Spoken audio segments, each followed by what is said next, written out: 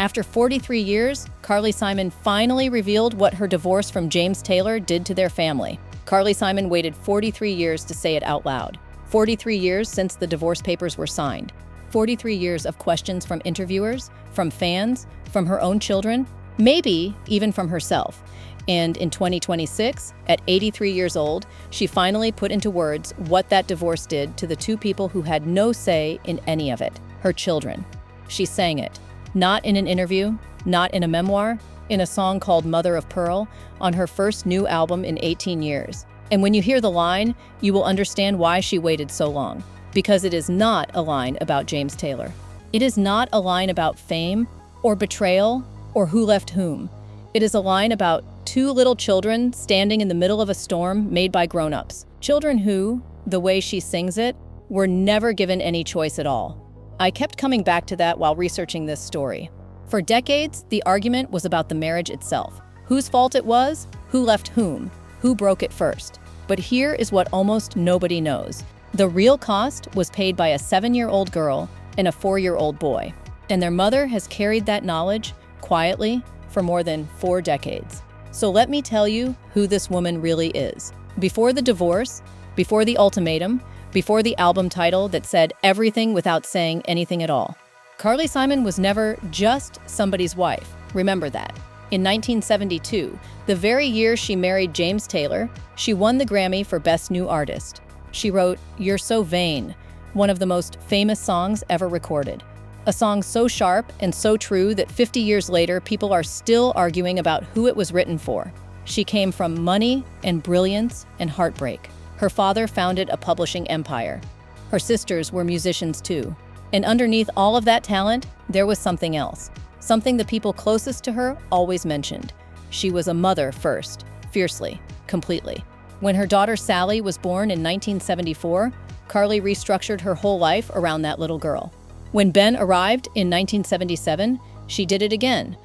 By every account of those years, she was devoted in a way that surprised people who only knew her as the glamorous woman on the album covers. She cooked, she showed up, she remembered everything.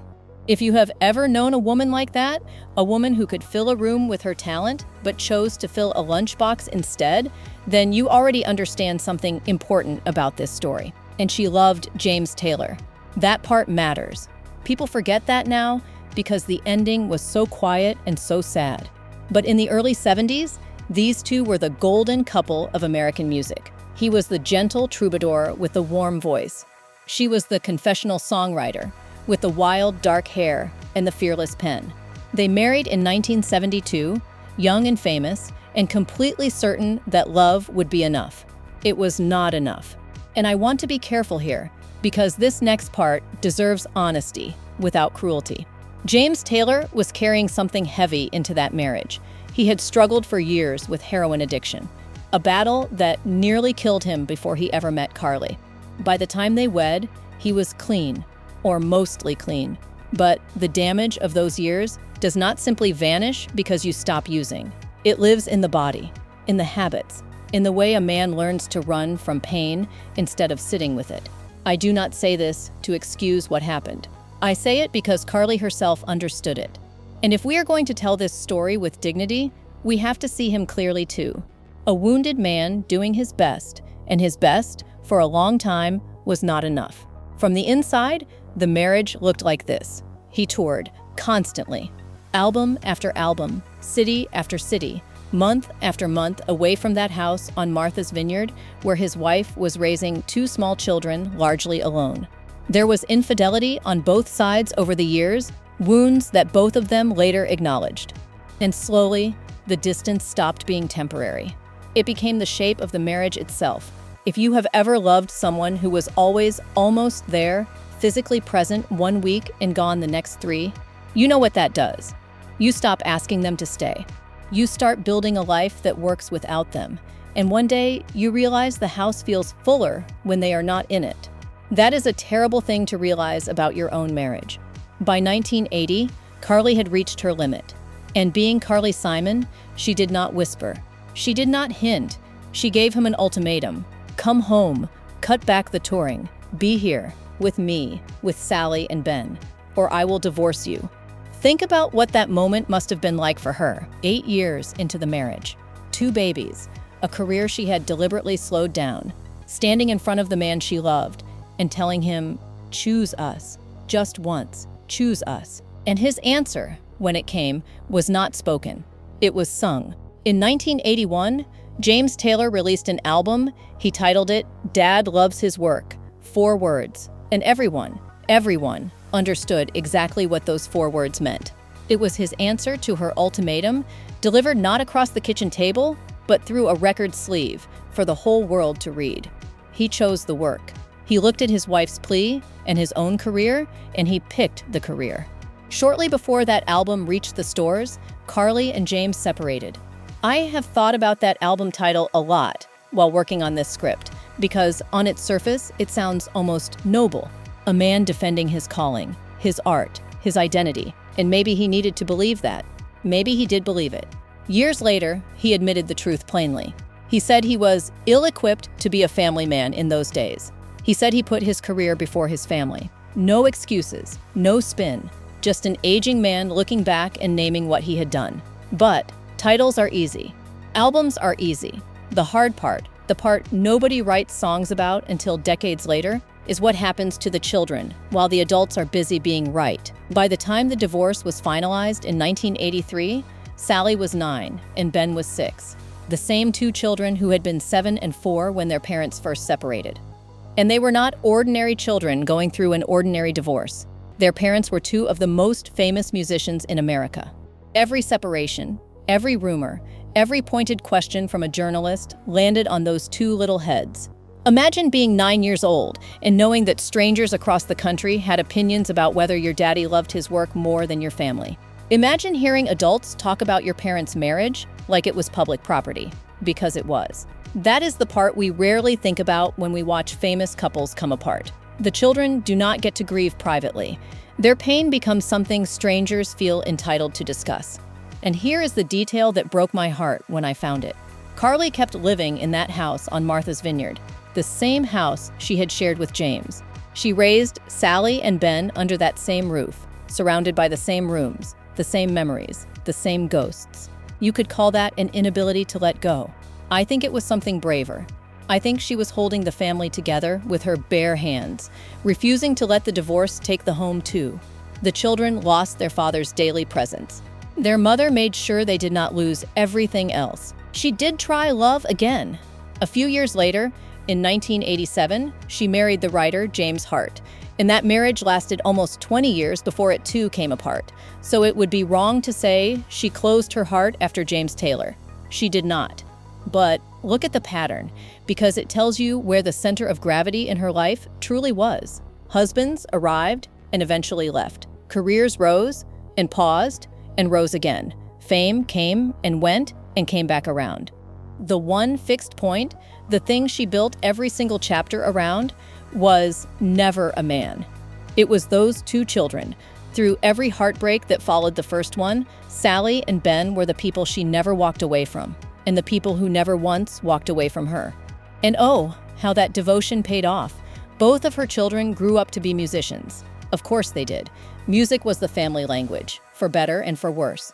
Sally and Ben both built their own careers, singing, writing, performing.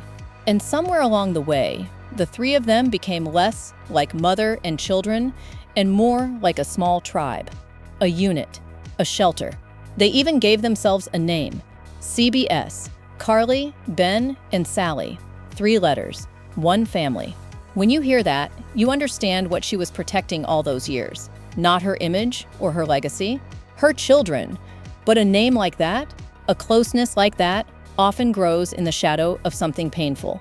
Families that cling together that tightly usually do so because something once threatened to pull them apart. And for 43 years, Carly Simon did not publicly name what that thing had done to her children until now, 2026. Carly is 83 years old. And after 18 years of silence, 18 years since her last album in 2008, she released a new record. She called it Comes in Waves. And if you know anything about grief and memory, you know that title is not accidental. Grief comes in waves. Regret comes in waves. Love, too. Especially love. The fifth track is called Mother of Pearl, and in it, Carly Simon finally says the thing she has carried since 1983. She sings directly to her daughter. She pictures her as a little girl of 7, a child of divorce, and she asks how it could be that the grown-ups left her no say in any of it. And then comes the part that stops you cold. She sings that it had fallen to her daughter and to Ben to quiet all the noise the adults were making. Sit with that for a moment, that it had been the children's job to quiet the noise. That is the reveal. After 43 years, that is what she wanted the world to understand. It was never really about who cheated or who chose work over the family. Those facts were already known, already argued about, already worn smooth by decades of retelling. What she finally revealed was quieter and far more devastating. That her children had been given a job no child should ever have, to keep the peace. The noise of the fighting, the tension, the silence between two famous parents falling apart. Two little kids, 7 and 4, doing emotional labor for the adults in their lives, absorbing the chaos, smoothing it over, making it bearable for everyone but themselves. And children who learn that job never fully unlearn it. They grow into adults who read a room before they take off their coat, who feel responsible for other people's moods, who apologize for things that were never theirs to carry in the first place. Carly Simon understood that. Which is why the line is not really about a 7-year-old girl in 1981 at all. It is about the woman that girl grew up to become, and the quiet weight she carried into every year that followed. A mother does not write a lyric like that unless she has watched, up close and for a very long time, exactly what the noise cost. She asks how they could have given that child no choice, and listen to the word she reaches for. We, not you, not he, we. She includes herself. That is the dignity of it. After 43 years, she is not settling scores. She is taking her share. A woman in her 80s, looking back across her daughter's whole childhood and admitting that the grown-ups failed her. That is not blame. That is reckoning. And I do not think she could have written that song at 40 or 50 or 60. Some things take most of a lifetime before you can finally say them out loud. Maybe that is also why now. In July of 2026, Carly shared that over the past few years, she had been diagnosed with Parkinson's disease, along with basal cell carcinoma. I mention this gently because it is her story to tell, and she told it with characteristic grace. But I think it belongs in this picture. When time starts to feel finite, the unsaid things start to feel urgent. An 83-year-old woman with a new album and a long memory is not writing songs for critics. She is writing them for her children. For Sally, who is 52 now. For Ben, who is 49. Saying, I saw you. I saw what it cost you. I am sorry. I loved you the best I could, and it was not always enough, and I know that now. And James? Where is James in all of this? The honest answer is nowhere. Carly has said their relationship today is non-existent. Her word, they have barely spoken in decades. Two people who were once the golden couple of American music, who share 2 children and a house and a mountain of history, living their final chapters as strangers. There is something almost unbearable about that, and yet, maybe there is mercy in it too. Some marriages end so completely that even friendship cannot grow in the space left behind. She still lives in the Martha's Vineyard home they once shared. He is long gone from it. But the music remains. The children remain. The name remains. CBS. So what do we do with a story like this? I keep thinking about that image she sang. Children whose quiet job it was to muffle the noise their parents were making, because I suspect some of you listening right now felt that idea land somewhere personal.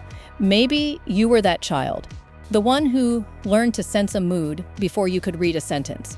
The one who kept the peace, absorbed the anger, turned down the volume on a household that was coming apart. Nobody asked you to do it, nobody thanked you for it, and nobody, perhaps, ever said out loud what it cost you.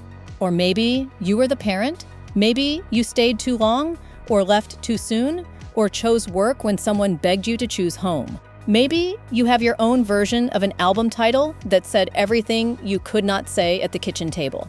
If that is you, hear what Carly Simon is modeling here. It is not too late to name it, not too late to look at your grown children and tell them the truth about what those years were like for them, and how sorry you are, and how much you see the person they became anyway. And this is the part that stays with me. Sally and Ben did not just survive. They became musicians. They became their mother's closest companions. They became CBS. The noise they were forced to drown out did not destroy them, but it shaped them, and their mother, at 83, finally honored that shape by singing it aloud. That is what real accountability looks like. Not a press release, not a memoir sold for headlines, a song sung to a daughter, 43 years late. 11 years of marriage, 43 years of silence about its truest cost. And then one short verse that says more than every interview either of them ever gave. Sometimes the truth waits a lifetime for its melody. If this story moved you, I want you to know there is another one like it on this channel, about another famous woman who carried a family through a marriage that was breaking, who held everything together while the world watched and saw nothing. Her story stayed with me for weeks after I finished researching it. I will leave it for you right here, and if you have a memory of your own, a child of divorce, a parent who finally spoke, I would love to hear it in the comments. Take care of yourselves. And thank you, truly, for spending this time with me.